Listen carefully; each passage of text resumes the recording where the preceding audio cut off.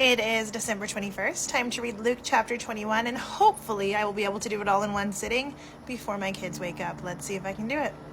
And if you've not seen these, you can go back through the comment trail and find them. Basically, I'm reading one chapter from the Gospel of Luke each day of December. So today is chapter 21. This will have us ending on Christmas Eve with chapter 24.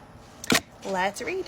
Jesus looked up and saw the rich putting their gifts into the offering box, and he saw a poor widow put in 2 small copper coins, and he said, "Truly I tell you, this poor widow has put in more than all of them, for they all contributed out of their abundance, but she out of her poverty put in all she had to live on." And while some were speaking of the temple and how it was adorned with noble stones and offerings, he said, "As for these things that you see, the days will come when there will not be left here one stone upon another, and that will not be thrown down." And they asked him, "Teacher, when will these things be, and what will be the sign that these things are about to take place?" And he said, "See that you're not led astray, for many will come in my name, saying, 'I am he,' and this time is at hand. Do not go after them.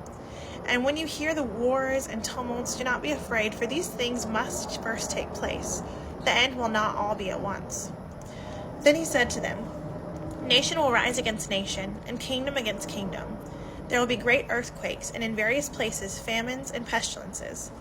And there will be terrors and great signs from heaven. But before all this, they will lay their hands upon you and persecute you, delivering you up to the synagogues and the prisons. And you will be brought before kings and governors for my name's sake. This will be your opportunity to bear witness. Settle it therefore in your minds not to meditate beforehand how to answer. For I will give you a mouth and wisdom, which none of your adversaries will be able to withstand or contradict.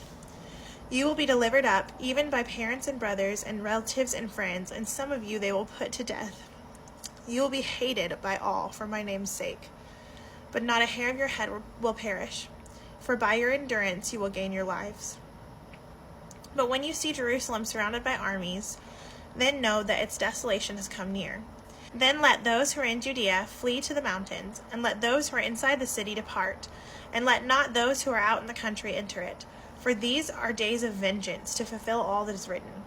Alas, for women who are pregnant and for those who are nursing infants in those days, for there will be great distress upon the earth and the wrath against the people. They will fall by the edge of the sword and be led captive among all nations, and Jerusalem will be trampled underfoot by the Gentiles until the times of the Gentiles are fulfilled. And there will be signs in the sun and moon and stars, and on earth distress of nations and perplexity because of the roaring of the sea and the waves.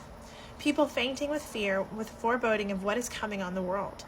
For the powers of the heavens will be shaken, and they will see the Son of Man coming in a cloud with power and great glory. Now when these things begin to take place, straighten up and raise your heads, because your redemption is drawing near." And he told them a parable. "Look at this fig tree and all the trees. As soon as they come out in a leaf, you see for yourselves and know that summer is already near. So also, when you see these things taking place, you will know that the kingdom of God is near. Truly I say to you, this generation will not pass away until all has taken place. Heaven and earth will pass away, but my words will not pass away. But watch yourselves, lest your hearts be weighed down with dissipation and drunkenness and the cares of this life, and that day come upon you suddenly like a trap. For it will come upon all who dwell on the face of the whole earth. But stay awake at all times, praying that you may have strength to escape all these things that are going to take place, and to stand before the Son of Man." And every day he was teaching in the temple, but at night he went out and lodged on the mount called Olivet. And early in the morning all people came to him in the temple to hear him. That is chapter 21. If you want to talk through any of this, feel free to private message me or let's chat in the comments. Thanks. See you tomorrow.